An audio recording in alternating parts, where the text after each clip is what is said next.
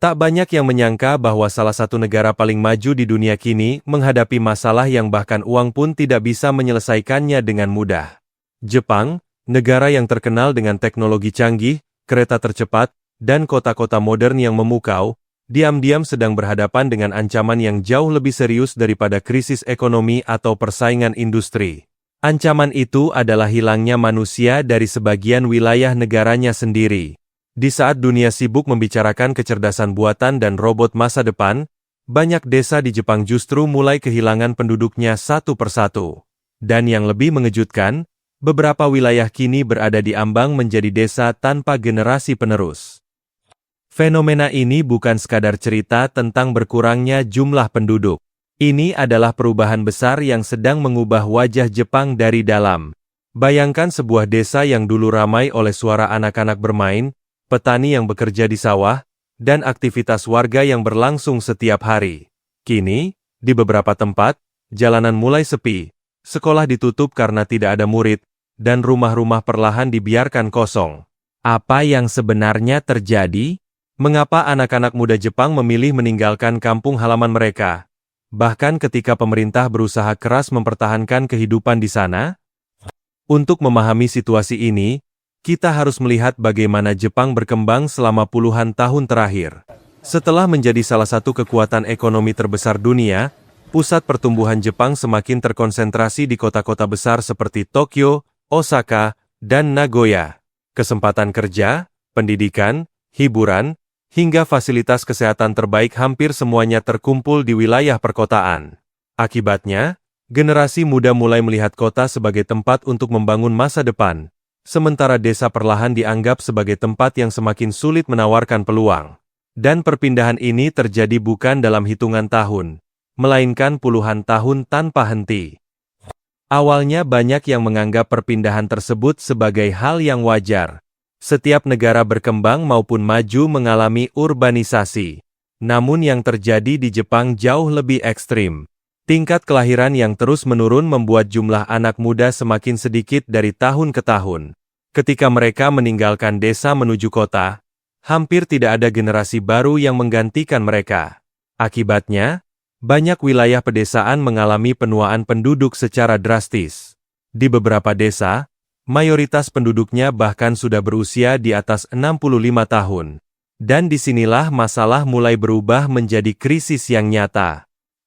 Yang membuat banyak orang terkejut adalah kecepatan perubahan tersebut.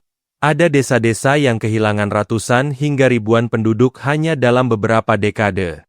Rumah-rumah kosong mulai bermunculan di berbagai wilayah. Fenomena ini begitu besar hingga Jepang memiliki istilah khusus untuk rumah yang ditinggalkan, yaitu Akiya. Jumlahnya terus bertambah setiap tahun. Dari luar, beberapa rumah masih tampak layak huni. Namun di dalamnya, tidak ada lagi kehidupan. Pemiliknya sudah meninggal, pindah ke kota, atau tidak memiliki keturunan yang ingin kembali. Dan rumah-rumah itu menjadi simbol dari perubahan demografi yang sedang melanda Jepang. Namun itu belum menjadi bagian yang paling mengkhawatirkan.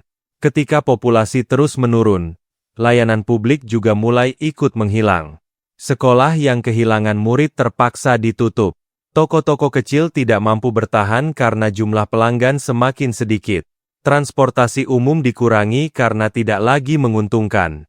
Bahkan beberapa klinik kesehatan kesulitan beroperasi karena kekurangan tenaga medis. Sedikit demi sedikit, kehidupan yang dulu menopang komunitas pedesaan mulai runtuh. Dan ketika fasilitas dasar menghilang, semakin banyak orang memutuskan untuk pergi. Siklus ini terus berulang tanpa henti. Pemerintah Jepang sebenarnya tidak tinggal diam. Berbagai program diluncurkan untuk menarik kembali penduduk ke daerah pedesaan. Beberapa wilayah menawarkan rumah murah, bantuan keuangan, bahkan lahan gratis bagi keluarga yang bersedia menetap. Ada pula desa yang mencoba memanfaatkan teknologi digital agar masyarakat bisa bekerja dari jarak jauh tanpa harus tinggal di kota besar. Tetapi hasilnya tidak selalu sesuai harapan. Sebab bagi banyak anak muda, masalahnya bukan hanya soal biaya hidup. Mereka juga mencari karir, jaringan sosial, dan gaya hidup yang sulit ditemukan di desa-desa kecil. Yang menarik, Banyak orang luar Jepang mengira bahwa kehidupan pedesaan di sana pasti sangat ideal. Pemandangan indah, udara bersih, dan lingkungan yang tenang sering menjadi daya tarik dalam berbagai film dan dokumenter. Namun kenyataannya jauh lebih kompleks. Beberapa desa berada jauh dari pusat ekonomi. Akses transportasi terbatas. Kesempatan kerja sedikit. Dan bagi generasi muda yang tumbuh dengan internet serta gaya hidup modern, tinggal di desa sering dianggap sebagai langkah mundur dibanding membangun kehidupan di kota besar. Lalu muncul pertanyaan yang lebih besar. Jika kondisi ini terus berlanjut, apa yang akan terjadi pada Jepang di masa depan? Para ahli demografi telah lama memperingatkan bahwa penurunan populasi bukan sekadar masalah jumlah penduduk. Ketika usia produktif berkurang, jumlah pekerja juga menurun. Sementara itu, jumlah lansia yang membutuhkan dukungan sosial terus meningkat. Beban ekonomi menjadi semakin berat. Dan ketika desa-desa kehilangan penduduknya, ketimpangan antara kota dan daerah semakin melebar. Yang mengejutkan, beberapa wilayah di Jepang kini mulai bereksperimen dengan cara-cara yang tidak biasa untuk bertahan. Ada desa yang aktif mengundang pendatang asing. Ada pula yang mencoba menghidupkan kembali ekonomi lokal melalui pariwisata dan produk khas daerah. Beberapa komunitas bahkan menggunakan media sosial untuk mempromosikan kehidupan desa kepada generasi muda. Mereka berharap masih ada orang yang melihat nilai dari kehidupan yang lebih tenang dan dekat dengan alam. Namun perjuangan mereka tidak mudah karena tren nasional bergerak ke arah yang berlawanan. Di tengah semua itu, muncul fenomena yang cukup menarik. Sebagian anak muda Jepang mulai merasa lelah dengan kehidupan kota yang mahal dan kompetitif. Harga properti tinggi, tekanan kerja besar, dan ritme hidup yang cepat membuat sebagian orang mulai mempertimbangkan kembali kehidupan di daerah. Meski jumlahnya belum besar, fenomena ini memberi sedikit harapan bahwa desa-desa Jepang masih memiliki peluang untuk bertahan. Tetapi apakah itu cukup untuk membalikan tren yang sudah berlangsung selama puluhan tahun? Jawabannya masih menjadi tanda tanya besar. Banyak pengamat menilai bahwa masalah sebenarnya bukan hanya perpindahan penduduk. Yang lebih penting adalah bagaimana menciptakan alasan kuat agar generasi muda mau membangun masa depan di luar kota besar. Tanpa lapangan kerja yang menarik, tanpa infrastruktur yang memadai, dan tanpa prospek jangka panjang, berbagai insentif finansial mungkin hanya menjadi solusi sementara. Karena pada akhirnya, orang tidak hanya mencari tempat tinggal. Mereka mencari masa depan yang menjanjikan. Dan disinilah Jepang menghadapi tantangan yang sangat unik. Negara ini terkenal sebagai salah satu pemimpin dunia dalam teknologi dan inovasi. Namun teknologi tidak bisa langsung menggantikan fungsi komunitas manusia. Robot mungkin bisa membantu merawat lansia atau mengelola pertanian. Tetapi robot tidak bisa sepenuhnya menggantikan kehidupan sosial, keluarga, dan keberlanjutan sebuah komunitas. Itulah sebabnya mengapa banyak desa tetap kesulitan meskipun Jepang memiliki teknologi yang sangat maju. Yang lebih mengejutkan lagi, beberapa ahli memperkirakan bahwa jumlah penduduk Jepang secara keseluruhan akan terus menurun dalam beberapa dekade mendatang. Artinya, persaingan antar wilayah untuk mempertahankan penduduk akan semakin ketat.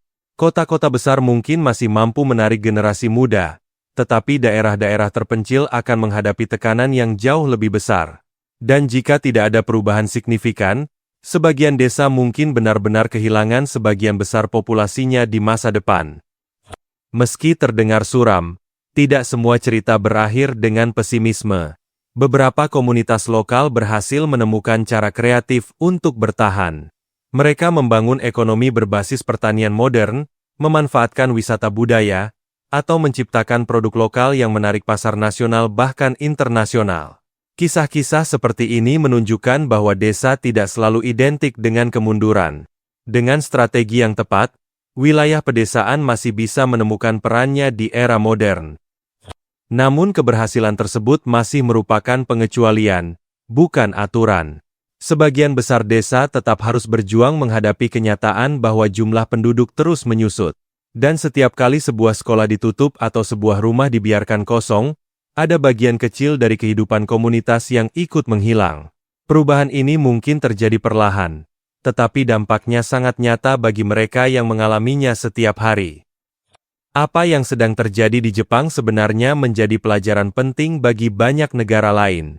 Ketika pembangunan terlalu terkonsentrasi di kota besar, daerah pedesaan bisa kehilangan daya tariknya.